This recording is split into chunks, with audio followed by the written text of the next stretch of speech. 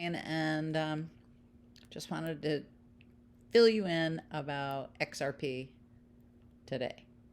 And I was talking to somebody on a call a few weeks ago about two things. One was market cap as it relates to XRP, and also my BlackRock video. So if you watched that one, they asked me if I thought BlackRock was one of the white hats.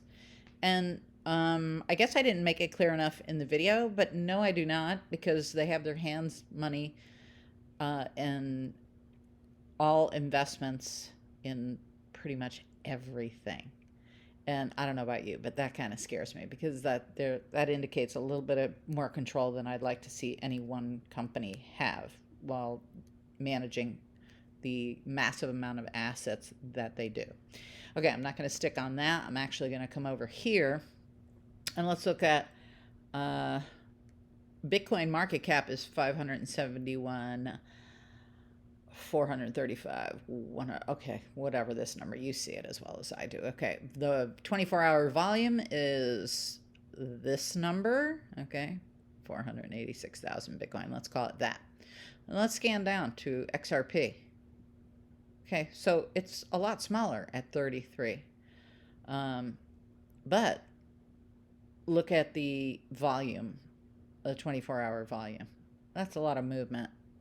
And even though the numbers are smaller, it's just a lot of movement within XRP. And the circulating supply, you also have to look at that. So, you know, we've got a ways to go here, and it looks like it's been a little flatliney, you know, and I have a limit order in over on UPHOLD. Hasn't budged much. So, you know, I'm not too concerned about it. I think when this flies, it's going to fly. There's a lot of things in its way. I think SEC lawsuit is not one of them, but there's some other things at play here, maybe some market manipulations, things like this, okay? This is Crypto Lulu, Lewis Jackson, and I thought this was interesting. XRP is going to be massive. Some guy, no, it's not. Me, why not? Some guy, because of market cap. Me, I see. So let's go into his explanation. Well, today I'm going to share my perspective on that argument. Let's get into it. So what is market? Also, I'll leave the link to this because I'm not going to play all 7 minutes of it, but I'll give you just a tidbit. Market cap anyway. So typically when you're talking about market cap, it's measured in this way.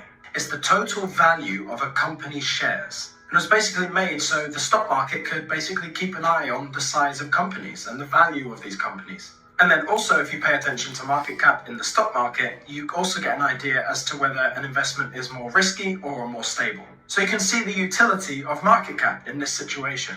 But I think as we move into this new world of cryptocurrency and digital assets, the world of market cap and the definitions of tokens versus companies versus shares of those companies, it gets really cloudy, and I can see exactly why there would be confusion about this topic. In my opinion, market cap makes complete sense if you're involved in the traditional market, if you're buying stocks and shares, because those stocks and shares are a direct correlation to the value of the company.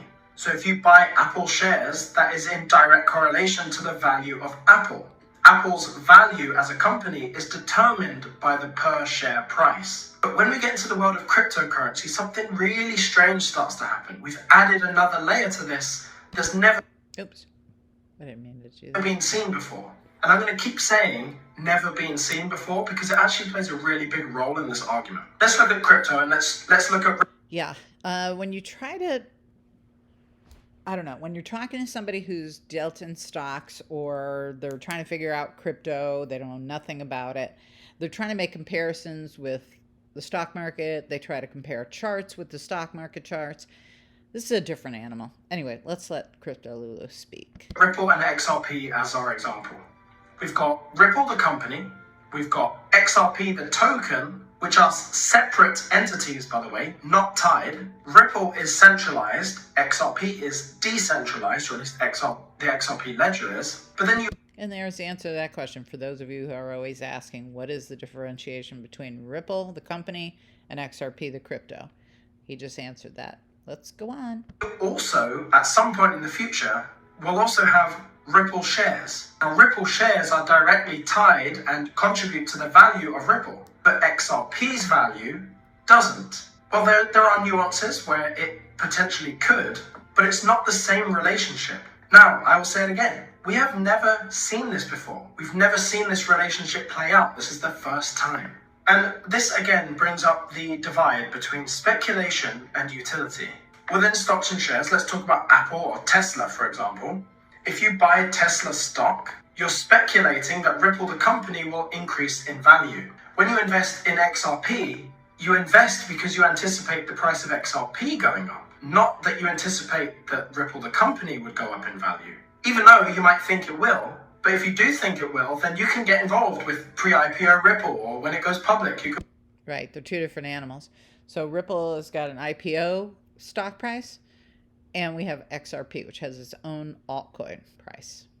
Buy Ripple shares, but XRP is its own thing. It's separate to Ripple. So what is it? Buying Ripple stock or Ripple pre-IPO is speculation and therefore confined to market cap restrictions. Ripple, the company's utility, is the same as any other company's utility, right? To deliver their service to other companies or entities or to their customers. But XRP's utility is very abstract. We have to treat it differently because it's not the same as shares. And because the relationship between XRP and the value of Ripple is separate in the majority of ways, it's not even just XRP, it will be any other tokens in crypto that operate the same way as Ripple does to XRP and XRP does to Ripple.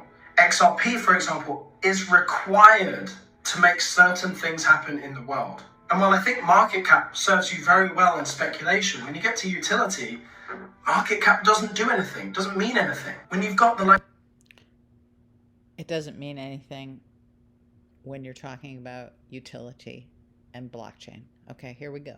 Of derivatives, for example, that make up almost $1 quadrillion of value that moves within derivatives. There's no other market like that. And so if we are going to call it market cap and be confined to market cap for cryptocurrencies like XRP shouldn't be measured against company market caps. Right. Again, they're two different animals. The stock market is the stock market, dealing in companies, profit and loss, and, well, digital assets are just a whole different animal. Let's carry on with Crypto Lulu. He's so interesting, and I do appreciate him, so I'm giving him a shout out and hopefully tag him in this video.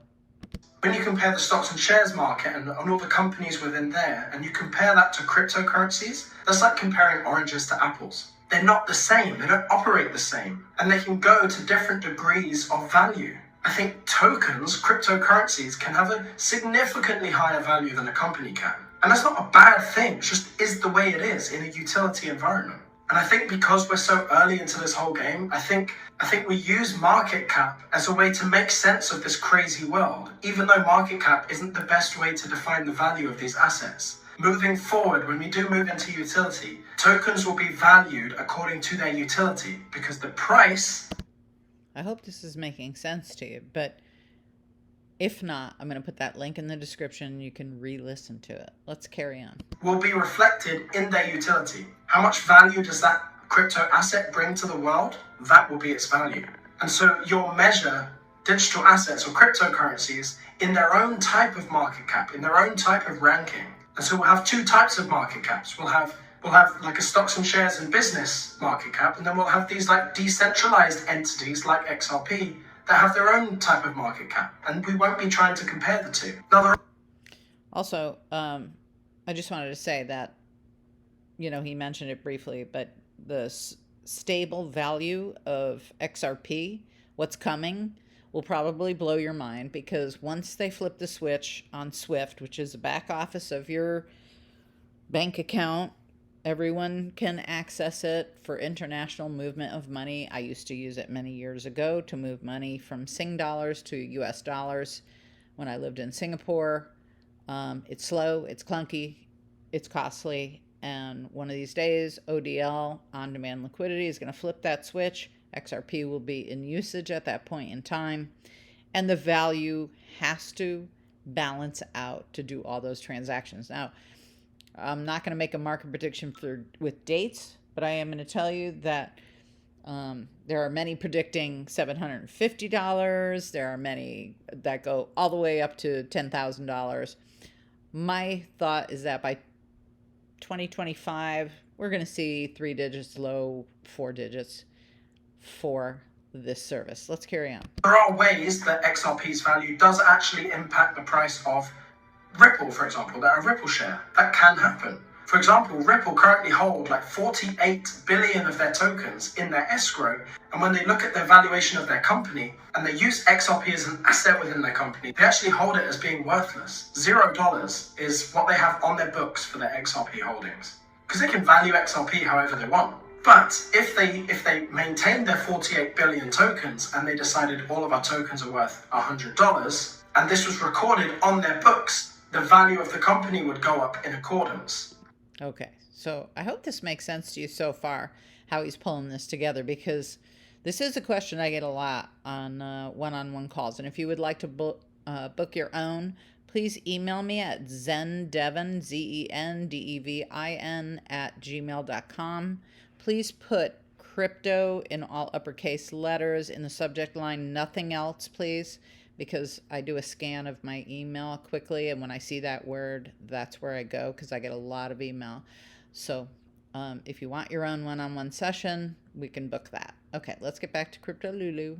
So there's a nuance there. Without getting like too deep into it, I'm really just expressing my own opinions. I'd love to get other people's opinions too, of course, if you're going to be here and be positive. But my general opinion is that Ripple would conform to the traditional system of market caps and companies. And even though I believe Ripple will be one of the biggest companies in the world, I don't think there'll be that much of a differentiator between, Apple, Google, Ripple. I don't think they'll be that different in terms of value. But when you go over to the token side of things, when we've got new definitions for things and we have separated them accordingly, Ripple XRP has to be one of those assets that provides the most value to the entire world, and therefore will be valued accordingly.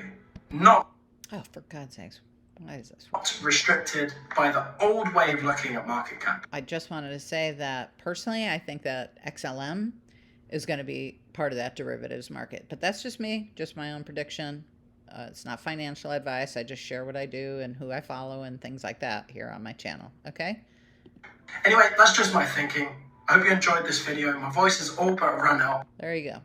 Okay, so I'm going to put the link to this in the description box. That is it for today. If you have any questions regarding either what Crypto Lulu said or, the market by volume as opposed to market cap, please post it in the comments below, because there are plenty of people who are probably thinking the same thing as you, and I try to get to all comments and answer them directly ASAP when I see them. Okay? Love y'all, and I will chat with you on the next video. Ciao for now.